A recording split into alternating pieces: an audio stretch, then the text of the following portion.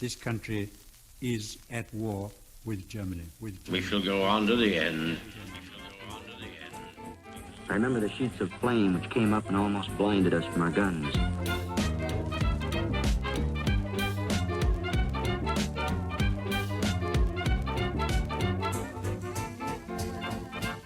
Hello and welcome to another episode of the World War II podcast. I'm Angus Wallace. From September 1941, the Germans surrounded the city of Leningrad, laying siege for 900 days. Over 2 million Russians were trapped and thousands would die through starvation. As the winter closed in, Lake Ladoga froze, allowing trucks to cross the ice. Dubbed the Road of Life, it would bring vital supplies and eventually evacuate over 1 million civilians from the besieged city, while all the time the Russian army struggled to try and lift the siege. I'm happy to welcome back to the podcast Prit Buttar. Pritt's latest book is To Besiege a City, Leningrad 1941-42, and we're going to be discussing that first year of the siege. Pritt, welcome back. So I think we need to look at the city itself. Before I started thinking about it, I could only vaguely put a pin in the map of where I thought Leningrad was. It's a new city insofar as Peter the Great ordered it to be built, but why was it built? Why that location? Is it strategically relevant? There was a small settlement there before, but largely, this was no more than perhaps a village or even a large village, but certainly nothing on the scale of the cities that already existed across Russia. He had spent many months traveling in the West. He was very strongly influenced particularly by the Dutch. He had this view that Russia was backward, it had been left behind, and if it was to catch up with the leading powers of Europe, it needed to emulate them. And he was particularly fond of the whole idea of the manner in which Holland and indeed England had been able to build almost unfathomably big empires through their naval power. So he wanted a city on a coastline facing west. And if you're in Russia, you don't really have much option there. So at that time, remember, the Crimean coast and the Black Sea coast was still very much dominated by the Turks. And even if you managed to establish control there, you still face the difficulty of Constantinople and the Dardanelles and the Bosporus. So really the only outlet was going to be via the Baltic, because in the north, of course, you have to cope with ice, which for wooden ships would have been impossible, So that was what dictated his desire to do this. And then after that, it just became this iron will to create a city in a place where no reasonable person would have dreamt of creating a city. When you place St. Petersburg where it is, as it was when it was started, how does it connect with the rest of Russia? You've picked it as a port city. Is it on any other highways for trade or anywhere else? No, not really. And this is a huge problem.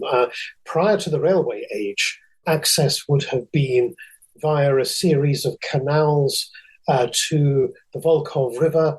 You would then proceed down the Volkhov to Lake Ladoga and then across either down the Neva River to Petersburg or by land. Let's face it, the roads in those, even now, the roads in the region are not particularly brilliant. So again, just the sheer logistics of how does the imperial court function in this absurdly isolated place in a country that's already vast enough without choosing a really obscure corner to have your capital. Quite often I find that when I'm doing my research, it often helps me to go onto Google or onto Illustrator and impose a map of part of Western Europe at the same scale onto the landscape, just to get an idea of the vast distances that are being considered here. But you're right, it was isolated, and it was only in the railway age that really that was addressed in any meaningful way. What I hadn't appreciated is it's quite a centre for heavy industry, and all right, it makes sense being a port city, but then I sort of thought, well, is the Russian railway infrastructure even, how does that work? Is it supportable? Because presumably you're having to bring in raw materials, and it's almost easy to put the manufacturing where the raw materials are Move the ship finished goods. You would think so, except if you're going to build ships, you have to have water to launch them into. So again, you can't really build your shipyards along the northern coast. Yes, the Russians and then the Soviets did build extensive shipyards along the Black Sea coast around places like Odessa and what's now Mykolaiv and Mariupol and places like that, and Sevastopol. But in the 19th century, shipyards meant St. Petersburg. So once you've decided that's where your ships are going to be launched, then you're just faced with the reality of you're going to have to ship the iron ore. And you're right, it's not as if you're in an area with natural coal resources or iron resources or whatever. Other than timber, there's really nothing. And it's central to the Russian Revolution, but the capital moves to Moscow. But I wonder then how symbolic is... I guess what becomes Leningrad to either the Russians or the world? Is it symbolic to the wider world? Within the Soviet Union, at least, Leningrad remained the cradle of the revolution. And, all of those great movies, the storming of the Winter Palace, etc., helped cement its key place in the mythology of the revolution. For the outside world, it's a very good question, and it's not one that I've really considered. So I'm kind of just speculating as we talk. I think for much of the outside world in the 1920s and 1930s, Bolshevik Russia was not regarded as, if you like, a place that was good and a place that should be emulated. It was all regarded with a degree of suspicion and fear. Certainly people in the West would have been aware of the enormous art treasures of St. Petersburg and hence Petrograd and Leningrad, but access to these was now much more difficult. For people who were more favorably inclined towards the Soviet Union, so communist movements in the West, etc., by then, let's face it, they were just looking to the Soviet leadership to lead them. So naturally, their focus was more on Moscow. So I suspect, if you like, the fame and importance of Leningrad had faded to a degree, and Stalin particularly didn't like the city very much. He regarded it as this rather difficult and stroppy place in the north, bit too clever by half, bit too pro-Western, and just awkward and difficult. And, his great plan was to build the modern Leningrad, the industrial heartland, where he was replacing all of the awful shanty towns that had grown up around St. Petersburg. He was building all those to the south. If you go to St. Petersburg now and you land at Pulkovo Airport, you drive past these just almost endless drab concrete blocks that were built in the Stalin and Khrushchev years, And his intention was to shift the whole focus of the city away from the old imperial capital on the banks of the Neva to a new southern location, very consciously turning his back on all of that imperial splendor. Whereas for the people who regarded this city as their home, this was absolutely unthinkable. It would be a bit like a Londoner wanting to have the centre of London to be Lambeth, as opposed to, Whitehall and, or even the city of, why would you do that? But, so, it was the imposition again of an external view upon this city, For the average Leningrader, it added to this sense of no one else in Russia really understands us. We're different. We are Leningraders. Because I sort of wondered when Hitler's staring at his maps, we're wondering where he's going to attack.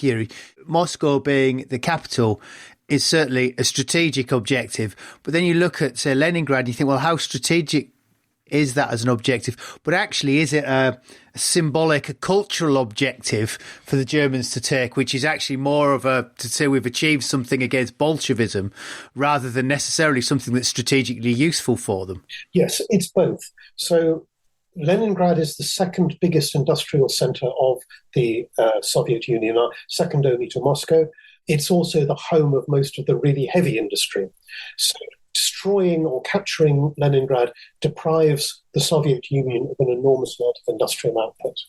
But he explicitly also says to his entourage, to his generals, that the capture of the cradle of the revolution and its subsequent destruction strikes a huge blow against the Soviet Union's morale and against its people. So yes, he is aware of its importance both in industrial and economic terms and as a political and social symbol and as a figurehead almost. The war for Russia starts really, in many respects, with war against Finland.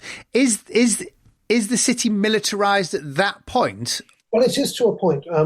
You may well be aware that Russia, the Soviet Union, and now modern Russia, has always been divided into military districts.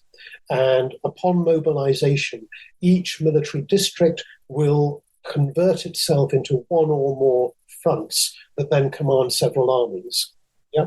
So the Leningrad military district was perhaps unusual in that it was larger than many of the others, not least because it had this very populous city in its center. It was even known for part of its time as the Leningrad Special Military District, as recognition of this. It was a very prestigious posting for senior officers. So many of the great innovators of Soviet military thought in the 20s and 30s were posted there. The Red Army carried out many of its experiments in field exercises in that area, things like major airborne drops, the use of armor, etc. It would be the two big military districts where all of this innovation went on were Leningrad and Kiev. These were regarded as highly prestigious postings. But yes, Leningrad was the hub from which the Winter War was fought against Finland in 1939-1940. And that the purpose of that explicitly was to push the Finns away from Leningrad and to secure the city of Viborg and therefore hold the Finns further away from this very important city for the Soviet Union. Oh, and on the flip side to that, the Russian occupation of those countries to its east, the Baltic states and part of Poland, does that again make Leningrad feel more secure because the Russian borders suddenly shifted west? In which case, is there any thought put to any defence of Leningrad coming from that direction? Absolutely there is. And again, this is quite problematic because prior to 1939, a lot of effort has been put in on building fortifications along the border with Estonia and Latvia and Lithuania, etc. In 1939-40, first Eastern Poland and then the Baltic states are absorbed and the Finnish frontier is pushed back. So all of those defences are now regarded as obsolete. Orders are given for creating new defensive lines along the East Prussian frontier and in the occupied parts of Poland. But the work on those is proceeding quite slowly when Barbarossa commences. And to make matters worse, many of the old original defences along the traditional frontier of Russia, if you like, have been stripped of many of their weaponry, their heavy artillery, etc., which was meant to be moved forward to the new defences, which are either not built or are so inadequate that those weapons are lost very, very quickly.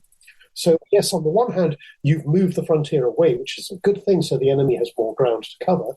But on the other hand, you haven't really built new defences, the result that the enemy ends up on your doorstep very, very quickly, and that's what actually happens in 1941. Well, something fascinating you pulled out in the book, but you don't go into a great amount of detail, is that Paulus had wargamed Barbarossa. Had that included the attack on Leningrad? Yes, he wargamed it all the way through to its conclusion. By conclusion, I mean by the end of 1941, because the whole point of it was, his first version of it, I think, ended with a stalemate, and then he thought, okay, right, replay this. How do we avoid that stalemate? So he then refined his plans, etc. So his aim always was, we win the war by November 41. And he was the one who said, problem is we're advancing on diverging axes. You have Army Group South advancing almost due east across Ukraine. You have Army Group Center advancing through Smolensk on towards Moscow on a slightly more northerly axis. And you have Army Group North just disappearing off to the north. You're going to end up with huge gaps opening up between these. So, firstly, it's imperative that we destroy the Red Army close to the frontier because we can't allow it to exploit these gaps. Secondly, there will come a stage in the campaign where there will be a temptation to divert the armoured forces away from these three axes in order to restore continuity along the front line.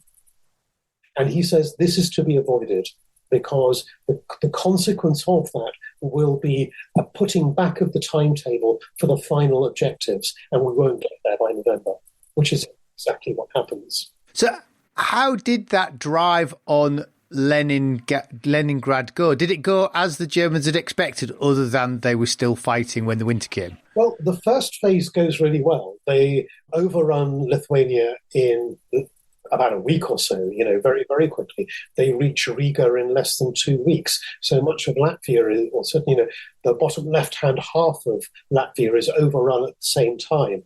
They reach the Daugava River, which runs up towards Riga. And although they've secured a bridgehead over this, there is then a pause, which is deeply frustrating for the panzer commanders, for people like Manstein and Reinhardt, who are anxious to press on. But their superiors, people like Lev, are saying, no, we have to wait for the infantry to catch up, we have to have an operational pause, etc. And the panzer commanders are saying, no, we've got to go, because if you pause, the Red Army is going to rally. And by then already there's this degree of complacency setting in of, we've already inflicted so much damage on the Red Army, they can't possibly together. And they're relying on these completely unrealistic intelligence reports from before the war of how big the Red Army actually is. So, yeah, they're chalking off the divisions they've destroyed, and their starting point is the Red Army can field about 200 divisions. So they're already scoring off the ones that they know they've knocked out, or they believe they've knocked out, and they're thinking, yeah, job done.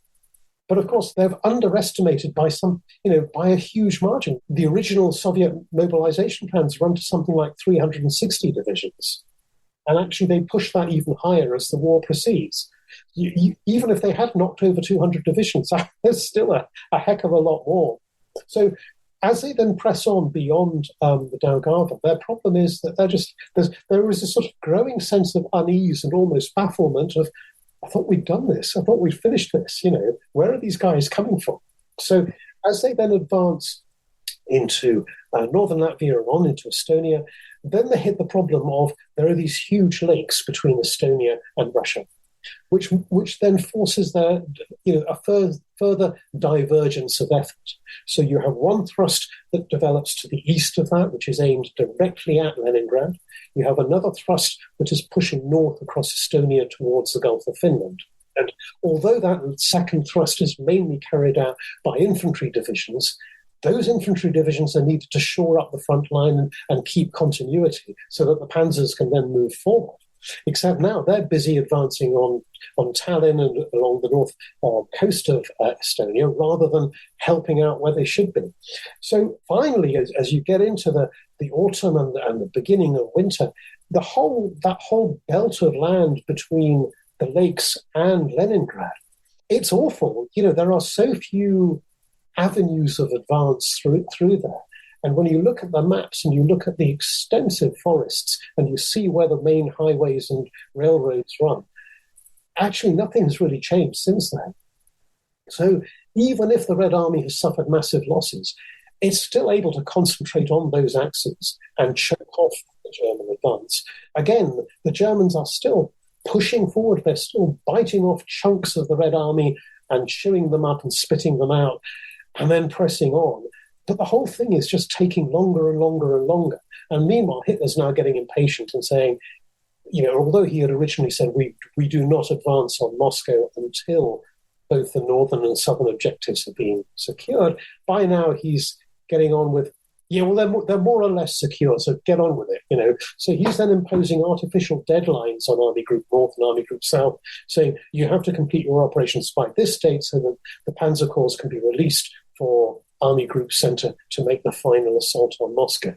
Well, right at the end, you have these, the Panzer divisions then break through the Soviet lines.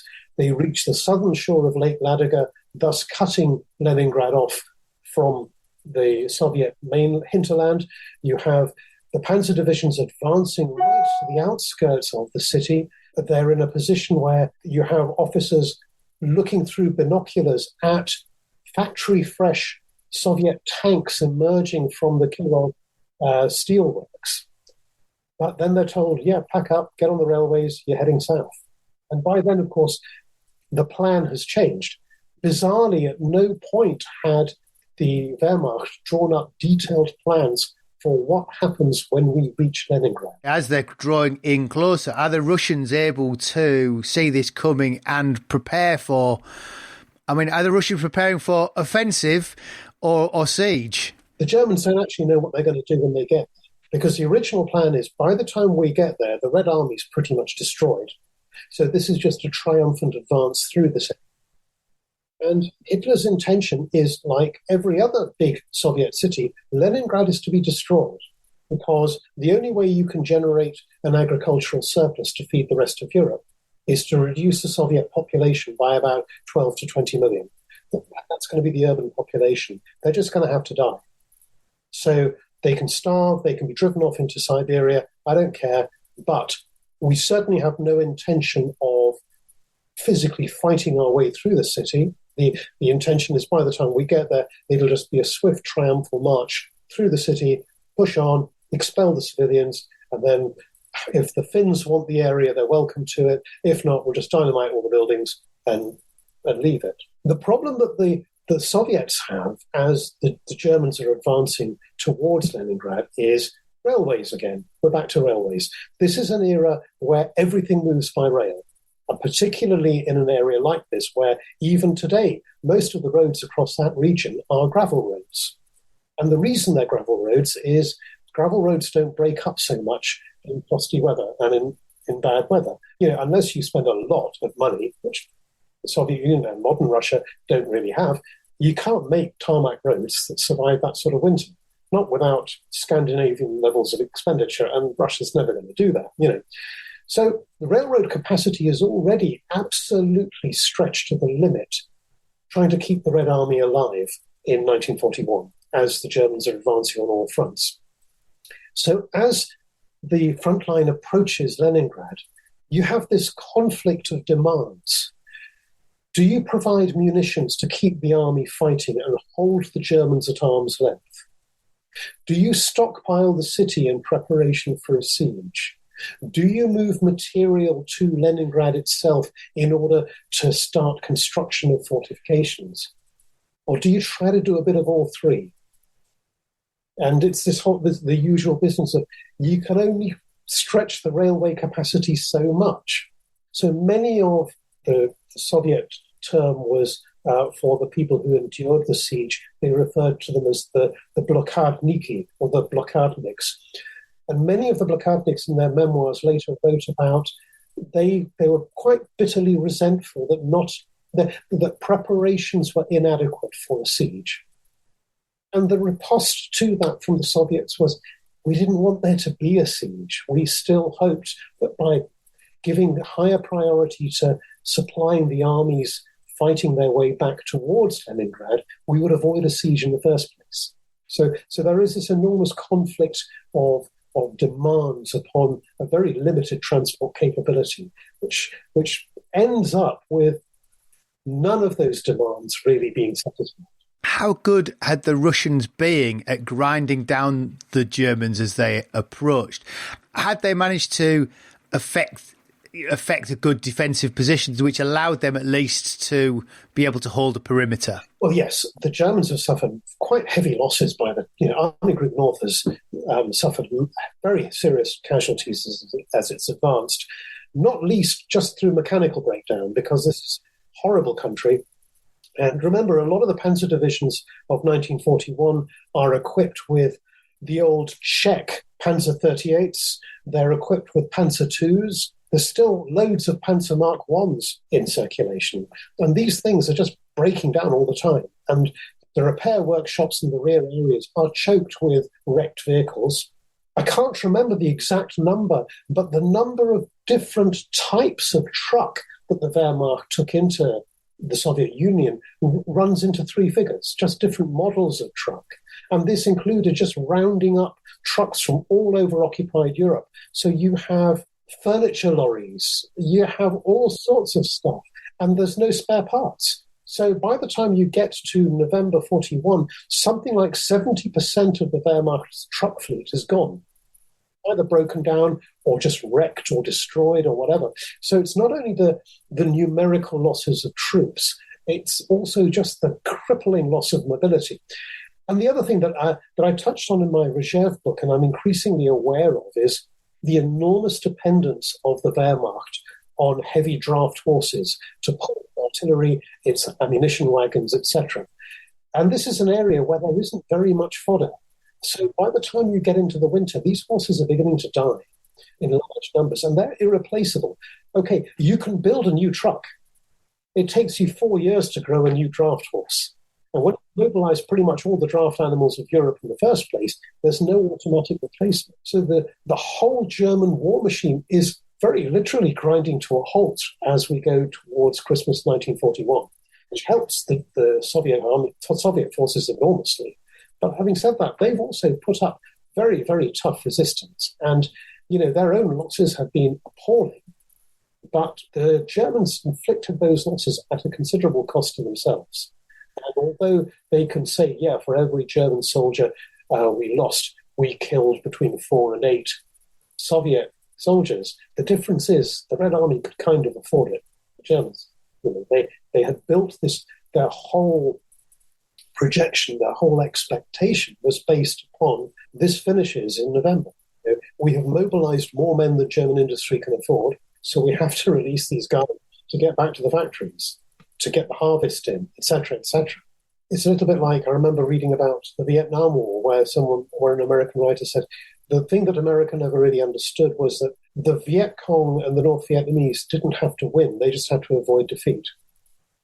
And you kind of get the same feeling of 41. For the Red Army, survival is all that matters. Doesn't matter what the cost is, almost doesn't matter how much ground they've lost. So long as they are still in the field, at the end of the day, they've got a great chance, Is it that autumn that Zhukov takes control, Gorgy Zhukov? So Zhukov is sent north to oversee the defense of the city. And he's only there for about 2 weeks before he's summoned back, because Moscow by then is becoming a thing. He ends up taking a lot of credit because I was in Leningrad when the German advance stopped. It was going to stop anyway. It had nothing to do with Zhukov. He may have improved discipline. He may have, not least because he had a few people shot. It was a very typical sort of brutal Zhukov imposition of orders. But in tactical and operational terms, no, he didn't do anything significant. He was just the man who was there when the German advance came to a halt. My feeling was, he just basically says, "Don't retreat, or I will shoot you." So it's that iron will that he imposes rather than anything else. Which, let's face it, is not an insubstantial thing, and it has a place in the story of the defense of Leningrad. But, by then, I think pretty much everybody had an iron will that this city was not going to fall. We were going to fight for this. We're not going to let the Germans in, So to an extent, he's singing to the choir here. And there may well have been a few waverers. There may well have been some generals who were despondent. May well have been some soldiers who were, shocked and appalled by the losses, etc. But in the end, people will fight for their homes, even if they're not directly their homes. This is Leningrad. This is the cradle of the revolution. It still has that place in the Russian mind. It's a bit like, a Yorkshire regiment would still fight to defend the East End of London, I mean, slightly intriguing is the idea of a siege, because we tend to think of they're almost medieval. Did the Germans specifically plan for a siege at this point, or did they hope for some sort of breakthrough military victory? To an extent, it depends on what you mean by the word siege. So the original plan, of course, was we're simply going to roll through here because the Red Army won't exist by then. When that manifestly wasn't the case, the plan was modified to, we will encircle the city and cut it off, which amounts to a siege, with the explicit intention of starving it to death. And orders were sent to Army Group North that should the Soviets attempt to surrender the city, you will refuse to accept surrender. We do not want responsibility for a city of 2 million people. They had discussed this with academics in Germany on how feasible it was to starve the city to death, how tight the siege perimeter would have to be. At one point, they had calculated the railway capacity required to move sufficient nerve gas to that front in order to destroy the city with a gas artillery bombardment. So yes, it was a siege as in we're cutting this place off from the rest of its friendly forces, but it wasn't a siege as in we're going to force the garrison to surrender and then we're going to occupy this city. It was a siege explicitly intended to destroy both the military and civil population of the city.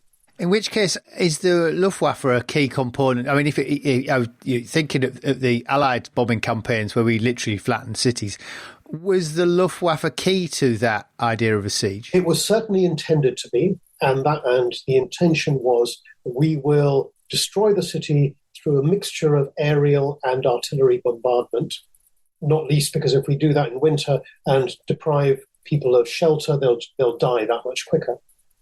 But as with so much of the Luftwaffe's planning, it took no account of the fact that actually the Luftwaffe wasn't technically equipped for such a task. When you look at the bomb load carried by a Heinkel 111, it's nowhere near that even of the British bombers of the opening phases of the war, let alone the enormous bomber fleets that existed from 43 onwards, in the West. The Germans never invested in that. The Luftwaffe was always, if you like, a tactical support or operational support tool rather than a strategic bombing force. So, yeah, they carried out air raids on Leningrad and they did a lot of damage, but not on the scale of what the British and Americans inflicted on German cities. I like the idea that the Russians painted out the golden domes in the city to try and hide them and disguise building with wooden additions. Unbelievable. And, the Smolny Institute, where the Communist Party headquarters was, the entire city block was draped in camouflage netting, which had been painted so that from above, it just looked like a city block of apartment buildings. There were false roads painted on the tarpaulins, etc. Enormous lengths were taken, and you can imagine with the use of barrage balloons and anti-aircraft fire, you're going to discourage aircraft from hanging around. So, if you're in a plane zipping over the city at over 200 miles an hour, you're really not in a position to take bearings or whatever. You're going to get in, drop your bombs, and get out. If you look up the Peter and Paul Fortress in St. Petersburg, it has an incredibly tall, very slender spire, which was gilded. And then you think, how do you even think about camouflaging? And yet they did. And it was university students who volunteered for this. The University Mountaineering Club provided the people who clambered up these buildings. These were half-starved teenagers fighting off pigeons and goodness knows, and rats and things up in these tall buildings whilst hauling on ropes and canvases and having to dodge shrapnel falling from anti-aircraft shells and from German aircraft, etc. Just an extraordinary achievement to have done that. How many people are trapped within the city? What are conditions like? The conditions are absolutely appalling. Civil population in 1941 was about 2.5 million. So a lot of people have left, a lot of people have been evacuated, but you still have over 2 million residents and you have the army. And all supplies have to be brought in either by air or over Lake Ladoga. So there is that terrible phase between the beginning of the winter freeze and the ice being hard enough where you can't use the lake, where it becomes impossible. The rations were cut repeatedly and were then cut again. And even if your ration card said you were entitled to this much food, actually the chances of you getting it were quite slim. So people's calorie intake was lower than the official rations that they were meant to be getting because there simply weren't any rations. They resorted to all sorts of measures, adulterating the flour with sawdust, etc. Some stocks of food at the Badaev warehouses had been incinerated in a Luftwaffe air raid early on in the siege. They then mined out the caramelized sugar from these fires and used that. They started extracting vitamin C from pine resin from the forest, from pine needles from outside the city to avoid scurvy. And yet people died in their tens of thousands from starvation. And when the Road of Life was built across the lake to allow trucks to run across the frozen lake, across Lake Ladoga, eventually the capacity of that reached a stage where it was possible to increase the rations. But even after the second increase in rations, so we're now into February, March 1942, even by the second increase, the daily calorie intake was not sufficient to sustain weight. So people were still starving. And then during the winter at one point, the NKVD reports show increasing worry because in some markets around the Haymarket and elsewhere, meat has become available. And investigations then reveal two distinct crimes were being committed. I can't remember the Russian names for them.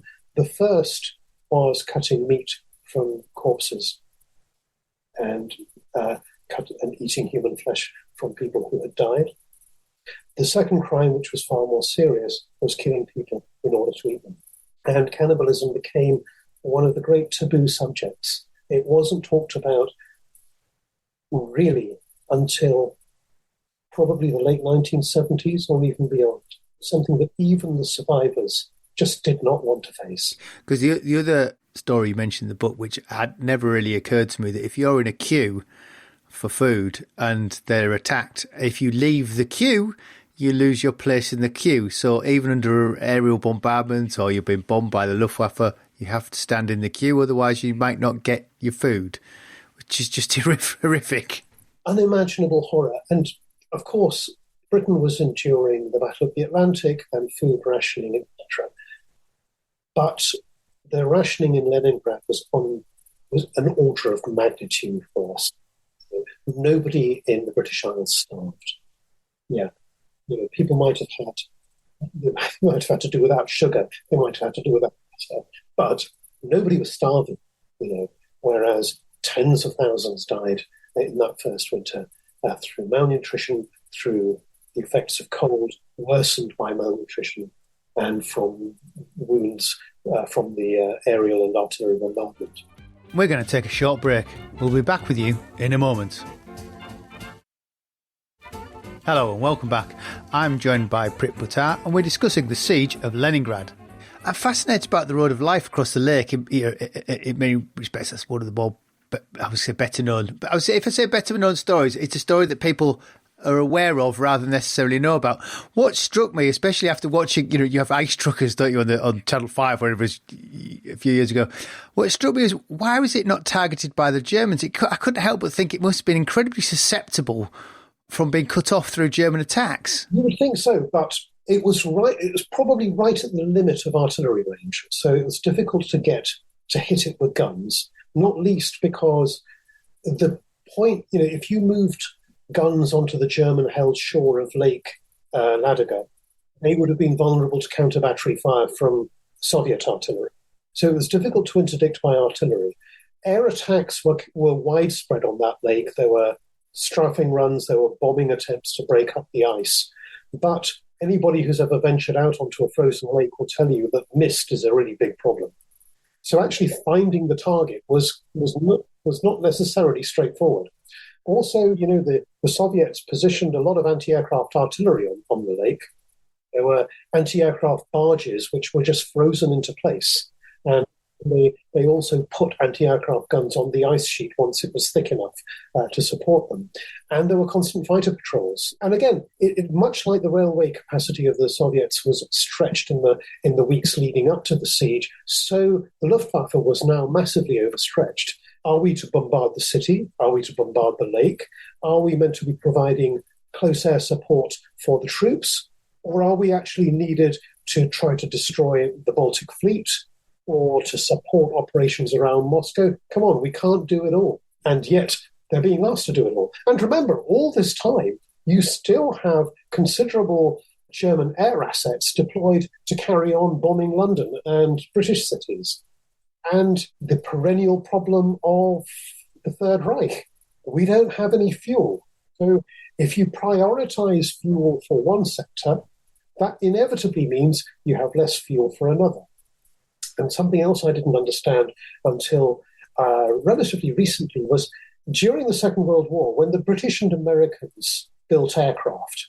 So you look at the production of Spitfires and Hurricanes and Lancasters, etc., and the multitude of American aircraft types. Generally speaking, Western aircraft factories delivered 2.2 engines per engine mount. German aviation industry delivered 1.4. So you rapidly start running short of spare parts. And particularly when you're operating in such a harsh environment where your breakdown rate goes through the roof.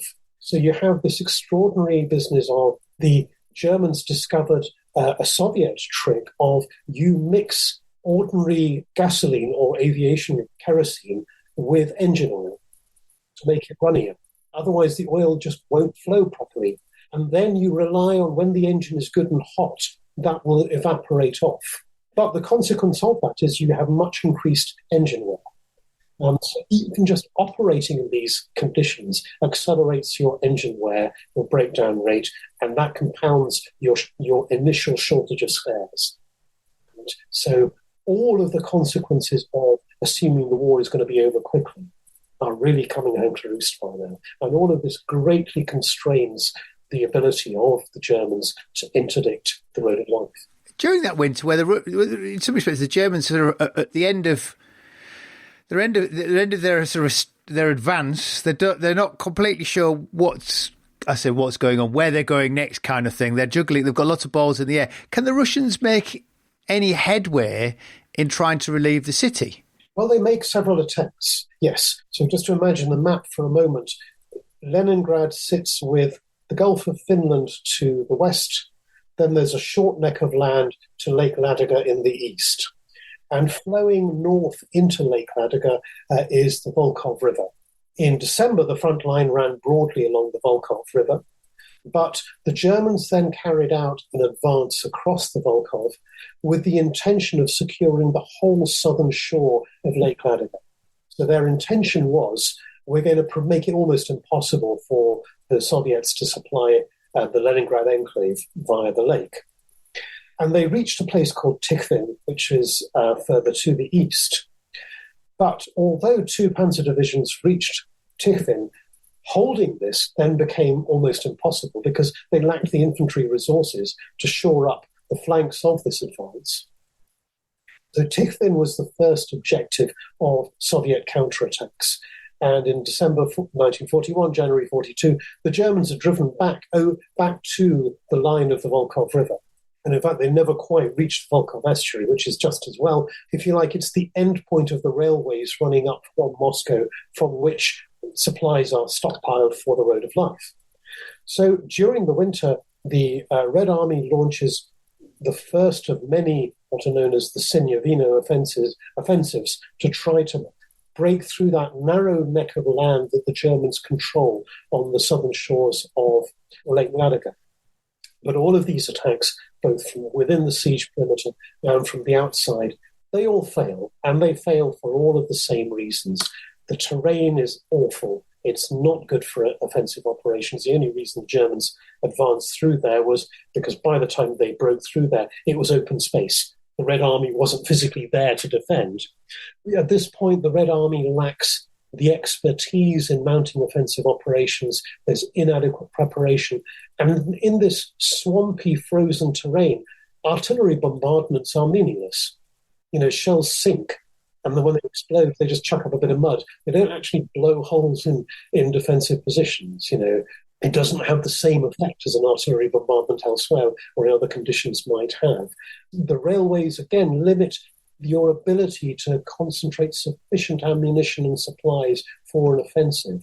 Moreover, the lack of roads means that as you advance, even if you succeed in advancing a couple of miles, you can't do anything because you've got to wait for the guns to be brought forward, and you can't move the guns forward until you've built railways and roads. So it's easy then for the Germans to react to that and launch a counterattack and push you back to your start line.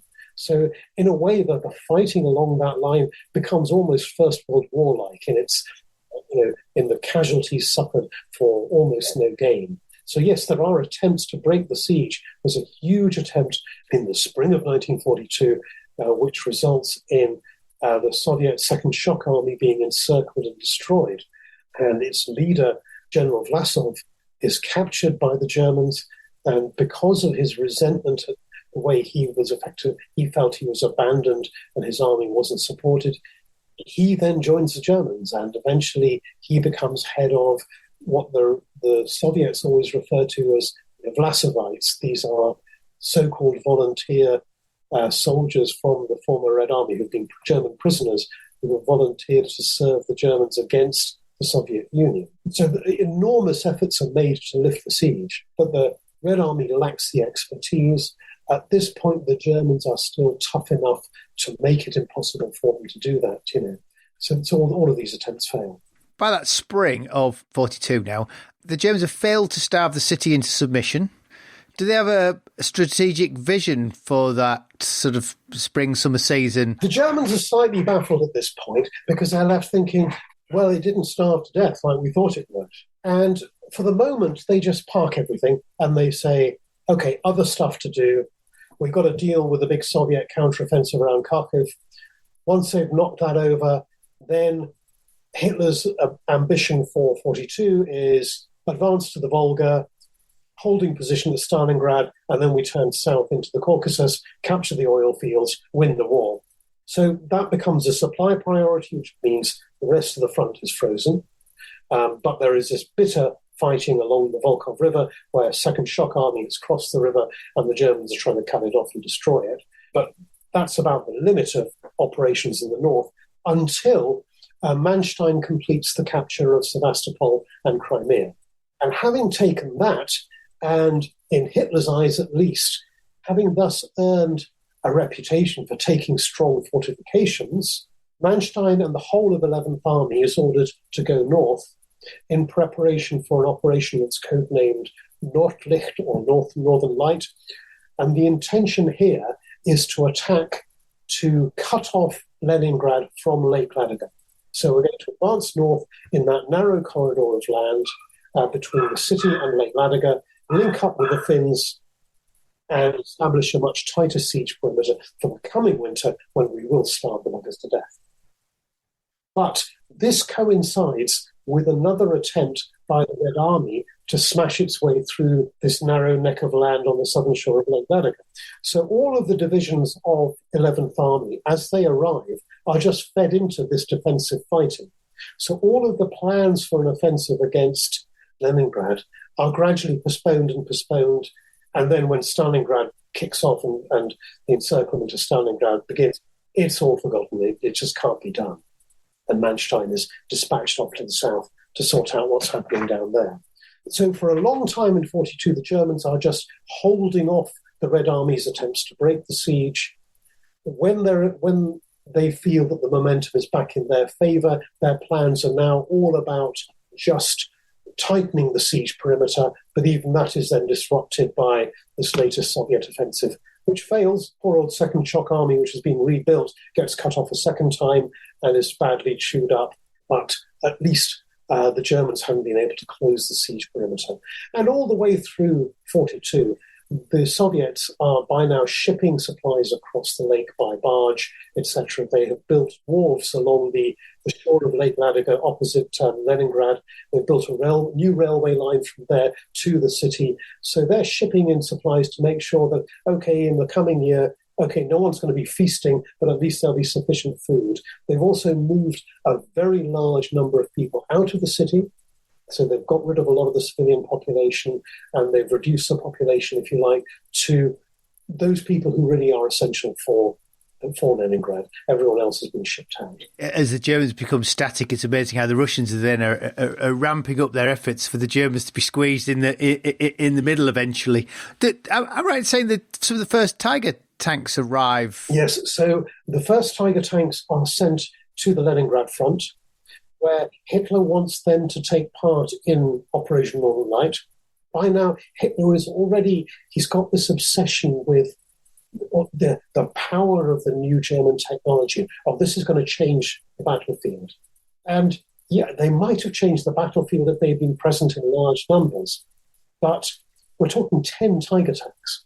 This is not really going to make any difference. And putting them into action in swampy terrain with no roads, a 60-ton tank in those conditions. And there are two things here that this is where the techie and the slightly nerdy bit becomes quite interesting. So with tanks, one of the statistics that's often quoted around tanks is ground pressure. So this is kilograms per square meter of track or whatever. And yes, the Tiger is actually really good in that sense because it has those enormous tracks. So its ground pressure is less than that of a Panzer IV, or of a Panzer III, or of a Sturmgeschütz. So that's great. So it can venture onto softer ground than its predecessors without ending up stuck on its belly. But it still weighs 60 tons. So when you reach a bridge, it doesn't matter how you spread the load, you're still putting 60 tons onto a bridge in an area that's crisscrossed with streams and little rivers and lots of wooden bridges. Okay, you can reinforce a bridge so you can get a 20-ton Panzer IV across it. But a 60-ton Tiger? Yeah. The Germans even have to invent new bridging columns equipped with heavier equipment to cope with Tigers and Panthers because the old bridging equipment just isn't strong enough. So these tanks are utterly immobile. They're useless. And the Red Army discovers that, yeah, they're bloody tough and they're hard to kill. But you know what? If you hit them with enough artillery shells, something will break through a radiator grill, something will break, if nothing else, you'll blow all the radio antennae off the vehicle, etc., and you'll render it useless, and you might even capture one. And if you make enough craters, it'll sink into the ground anyway. Otto Carius, in his book Tigers in the Mud, he writes about the early deployment of these Tigers in utterly unsuitable terrain. And because these are effectively prototypes, they have a very high breakdown rate at this stage.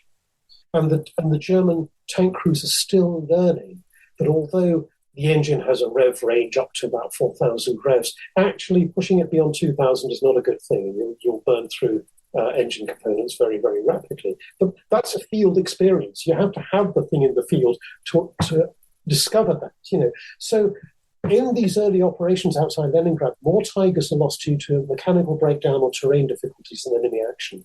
And then the Germans go to enormous lengths to recover those wrecks because they don't want them falling into Soviet hands. Meanwhile, the Red Army has been told, capture a Tiger. So yeah, you end up with these ridiculous operations where there's a stranded Tiger. Both sides are sending combat engineers out to try to get this thing. Drag it off. Yeah. Which would be quite a feat with something 60 tons. You have to have a hell of a piece of machinery to drag it away through the mud. Well, Carius says about, sometimes you have to have 3 working Tigers to recover one wrecked Tiger. And particularly if it's had, the misfortune that it's disabled because its track was blown off. And, in the end, it doesn't matter how heavily armoured a tank is, its weakest point is always the tracks. If you bombard it with enough artillery shells, sooner or later something's going to hit a track or an idler wheel or something like that. So, yeah, it causes enormous problems. So with the autumn heading into a second winter for Leningrad under siege, had the strategic balance now shifted? So during this winter, this is the great winter of Stalingrad. So 6th Army is dying in Stalingrad. You have this enormous war of mobility being fought across eastern Ukraine. You have 1st Panzer Army being extracted from the Caucasus and pulling back across the lower Don through Rostov. In the central region, the Germans have fought yet another battle around the Rzhev salient, beating off another Soviet assault on that. But in the north, the front line is pretty much static by now. And in fact, in the north, although the Germans aren't really aware of this, actually the initiative has gone to the Red Army. By now, Govorov is commander of Leningrad front. He is preparing what will be the successful breakout that takes place in early 1943, where this German toehold along the southern shore of Lake Ladoga is broken. This is possible because, firstly, the infantry divisions of Army Group North have been ground down and have suffered heavy losses and are no longer as strong as they were. Secondly, they have been weakened because of the need to transfer troops off to the Stalingrad sector in order to shore up the collapse of Army Group South, etc. So, yeah, the tide has definitely turned, but it's one of these things where you're not necessarily aware of it at this point from the German point of view. It's funny because if you look just at Leningrad, it's one thing. When you start zooming out and looking at everything else that's happened, you think, well, yes. So that'll be the next, that's book 2? The book 2 is called Hero City, and it starts in January 43 with what became known as Operation Iskra, which is the successful breaking of the siege ring. And the Red Army succeeded in recovering that strip of coastline along the south of Lake Ladoga. But the corridor was only about 4 or 5 miles wide. And importantly, the Signavino Heights, they're called the Signavino Heights. We're not talking of a massive escarpment. It's just a gentle period. But in that flat terrain, it counts as height.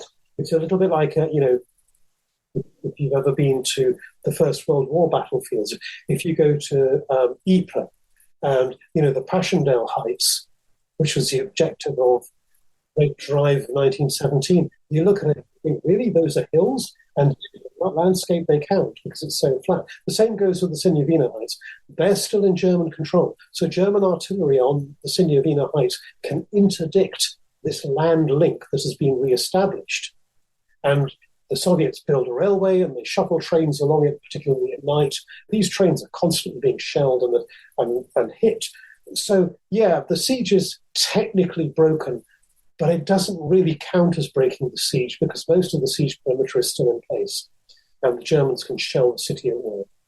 So although that tight ring is broken in early 43, it's only early 44 that the Red Army launches a general offensive that throws Army Group North back from the Leningrad outskirts and pushes them all the way back to the Estonian frontier.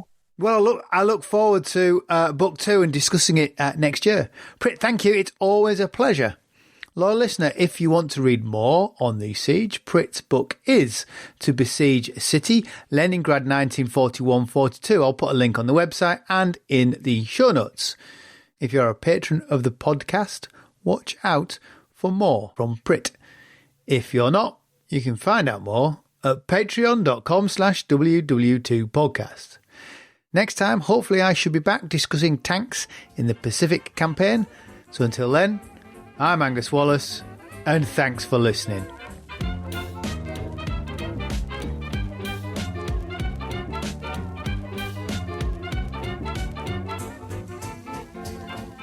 Jerry 88mm gun hit our tank, blew us the hell out of it. Stalingrad can never be repaired. As Allied Commander-in-Chief, I have granted a military armistice